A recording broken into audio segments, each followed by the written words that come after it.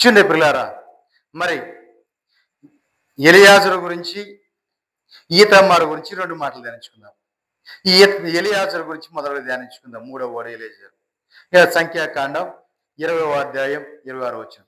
అహరోనుకు కుమారులు నలుగురు, ఇద్దరు కుమారులు చనిపోయారు. వాళ్ళ గురించి ఇప్పుడు వరకు మనం ధ్యానించుకుందాం. ఎవరయ్యా అంటే వారు నాదాబు అబీహులు. ఇద్దరు కూడా దేవుని సన్నిధిలో దేవుని యొక్క ఉగ్రతకు బలైపోయారు. ఇప్పుడు ఈ మిగిలిన అహరోను యొక్క కుమారులు ఇద్దరు ఉన్నారు. వారు ఎవరై అంటే ఎలియాజరు, ఈతామారు. ఈ ఎలియాజరు గురించి ముందుగా ధ్యానించుకుందాం. సంఖ్యాకాండం 20వ అధ్యాయం 26వ వచనం. నీవు అహరోనును అతని కుమారుడైన ఎలియాజరును తోడుకొని హోరు కొండ ఎక్కి అహరోను వస్త్రములు తీసి అతని కుమారుడైన ఎలియాజరునకు తొడిగించును. ఒక్క నిమిషం అండి. చూడండి, అహరోను చనిపోయే సమయం వచ్చింది. ఊరు కొండను ఎక్కించమన్నాడు దేవుడు మోషేతో. మోషే, అహరోను, అబినాదాబు, క్షమించండి, ఎలియాజరు. ఈ అహరోను, ఎలియాజరు, మోషే, వీళ్ళు ముగ్గురు కలిసి ఊరు పర్వతం ఎక్కారు. పర్వతం ఎక్కిన తర్వాత మోషే చెప్తున్నాడు కదా, ఇదిగో అహరోను యొక్క వస్త్రములు తీసివేయి. అతని ఒక వస్త్రము యాజక వస్త్రములు, ఆ యాజక వస్త్రం తీసివేసి అతని కుమారుడైన ఎలియాజరుకు దావట్ని ధరింపు చేయి. ఎందుకంటే అహరోను ఇక్కడ చనిపోబోతున్నాడు అని చెప్పారు. ఇప్పుడు మోషే ఏం చేశాడు? అతని యొక్క అహరోను యొక్క యాజక వస్త్రములు తీసి ఎలియాజరుకు ధరింపచేశాడు.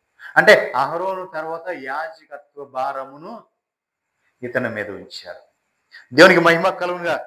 ఇతను అంతేకాదండి, ఈ అహరోను తర్వాత ప్రధాన యాజకుడైన వాడు ఎవరంటే ఎలియాజరు. వాళ్ళిద్దరు అన్నదమ్ముల ముందు చచ్చిపోయారు కదా. తర్వాత ఉన్న వాళ్ళలో వీళ్ళిద్దరు ఉన్నారు. వీళ్ళిద్దరిలో ఇప్పుడు ఎలియాజరు అహరోను తర్వాత ప్రధాన యాజకుడుగా నియమింపబడ్డాడు. దేవునికి మహిమ కలుగునుగా. అంతే, నియమించబడటమే కాదు, ఇతను చేసిన పని ఇంకోటి కూడా ఉంది. ఏంటి అంటే అదే సంఖ్యాకాండం 34వ అధ్యాయం 17వ వచనం చూస్తే,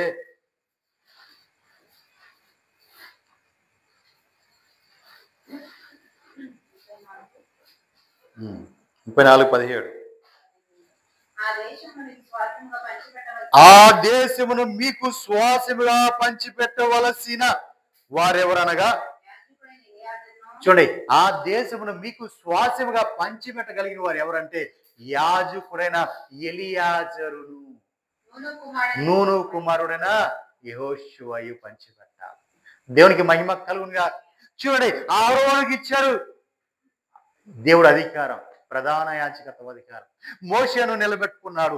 మోషేతో పాటు ఈ అహరోను ఇద్దరు కలిసి ఇశ్రాయేలు ప్రజలను విడిపించి నడిపించి అక్కడ వరకు తీసుకుని వెళ్ళారు.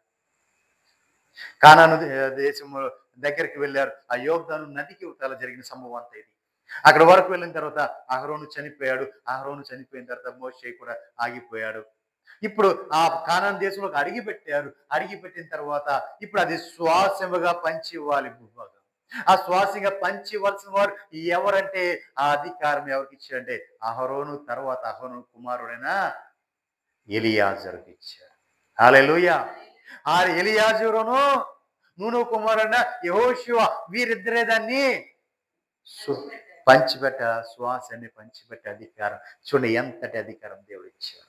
అహరోనుకి ఏ అధికారం ఉందో ఇతనికి ఆ అధికారం ఇచ్చారు.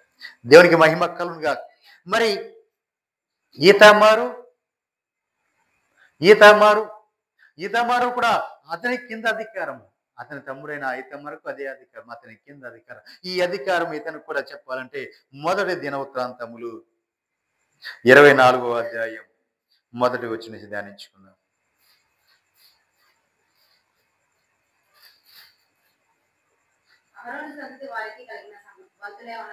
అహరోను సంతతి వారికి కలిగిన వంతులేవనగా, అంటే యాజకత్వం చేసే వంతులు. అహరోను కుమారులు, చూడండి, అహరోను కుమారులు నాదాబు, అబీహు, ఎలియాజరు, ఈతామారు. నాదాబును అబీహును అంటే సంతానం లేకపోకుండా తండ్రి కంటే ముందుగానే చనిపోయారు వారు. ఎలియాజరు ఈతామారు యాజకత్వాన్ని తన తండ్రి తర్వాత యాజకత్వాన్ని జరుపుకుంటూ వచ్చారు. దేవునికి మహిమ కలుగుగా. ఈ యాజకత్వం జరుపుకుంటూ వచ్చిన తర్వాత దావీదు కాలంలోకి వచ్చారు. దావీదు కాలంలోకి వచ్చిన తర్వాత దావీదు నిలిచిపోయిన ఆ యాజకత్వాన్ని తిరిగి పునరుద్ధరించాడు, మరి ప్రారంభం చేశాడు. దావీదు కాలం ప్రారంభం చేసినప్పుడు 3వ వచనంలో దావీదు అంటాడు చూడండి. దావీదు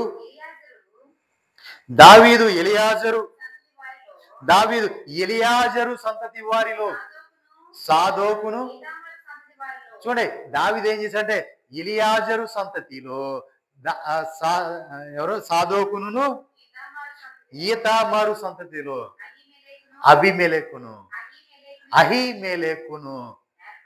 ఏర్పరిచి వారి జనం యొక్క లెక్క చొప్పున పని తిరిగి యాజకత్వం పని నియమించారు. దేవునికి మహిమ కలుగునుగా. ఎక్కడికి పోలా, యాజకత్వం కంటిన్యూ, నిత్య యాజకత్వం జరుగుతూనే వచ్చింది. దేవునికి మహిమ కలుగునుగా. ఎక్కడి వరకు జరుగుతూ వచ్చింది? దావీదు దగ్గరికి జరుగుకుంటూ వచ్చింది. మరి దావీదుకు వచ్చేపటికి దావీదు యాజకుడు అని పిలువబడ్డాడు. ఇప్పుడు లేవి గోత్రంలోనే నిత్యాజకత్వం జరుపుకుంటూ వచ్చింది. ఆ దావీదు కూడా వారిని యాజకులుగా చేశాడు. కానీ మరి నిలిచిపోయిన యాజకత్వాన్ని తిరిగి దావీదు మరి ప్రారంభించాడు. కానీ మరి దావీదు కూడా యాజకుడిగా పిలువబడ్డాడు. కారణం ఏంటి? ఎక్కడో లింక్ ఉండాలి కదా, ఎక్కడో బంధుత్వం ఉండాలి కదా. మరి ఎక్కడ ఉందా బంధుత్వం? అమినాదాబు దగ్గర నుంచి బంధుత్వం వచ్చింది. ఎవరికి? లేవికి, యూదాకి. యూదా గోత్రికులకు లేవి గోత్రముకి అక్కడి నుంచి బంధుత్వం వచ్చింది. దేవునికి మహిమ కలుగుగా. అహరోను యొక్క భార్య అమినాదాబు యొక్క కుమార్తె ఎలీషబా అక్కడి నుంచి వచ్చింది. దేవునికి మహిమ కలుగుగా. హల్లెలూయా. దేవుడిని అంటే ఎక్కడ పోనివ్వలేదండి, ఎక్కడ తక్కువ చేయాల, ఏ విషయంలో తక్కువ చేయాల, ఏ గోత్రాన్ని తక్కువ చేయాల. దేవునికి మహిమ కలుగునుగా. హల్లెలూయా. దేవుడితో ఎవరైతే అత్యధికమైన ఆ ఎక్కి వెళ్ళే ఆ స్థాయి ఉందో, ఎక్కి వెళ్ళే ఆ బంధంలోకి వెళ్ళారో, ఎవరైతే ఆ అనుభవంలోకి వెళ్ళారో, ఆ అనుభవంలోకి వెళ్ళిన వారందరినీ కూడా దేవుడు ఆయన కోరుకునే విధంగా మార్చుకుంటూ వచ్చారు. దేవునికి మహిమ కలుగునుగా. దావీదు కూడా ఎక్కి వెళ్ళే అనుభవంలోకి వెళ్ళాడు కాబట్టి అతను కూడా యాజకత్వంలోకి వచ్చాడు. దేవునికి మహిమ కలుగునుగా. హల్లెలూయా.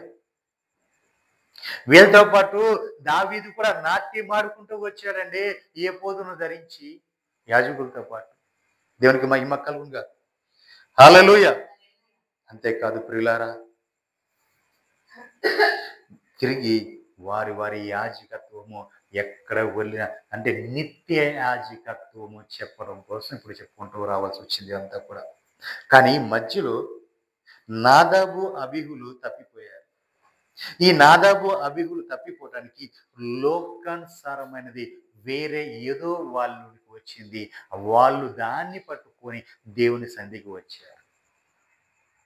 అందుకని వారు అక్కడ దేవుని ముందు తన్ను ఎరిగిన వారు, తాను పరిశుద్ధపరుచుకునే దేవుడు ఆయన ఎరిగిన వారు అది చేశారు కాబట్టి వారిలోంచి దేవుడు పరిశుద్ధపరచుకోవటానికి వారిని అక్కడ శిక్షించారు. దేవునికి మహిమ కలుగునుగా. అహరోను అమ్మినాదాబు కుమార్తెయు నయస్సోను సహోదర్యునైన ఎలీషెబాను పెండ్లి చేసుకునేను.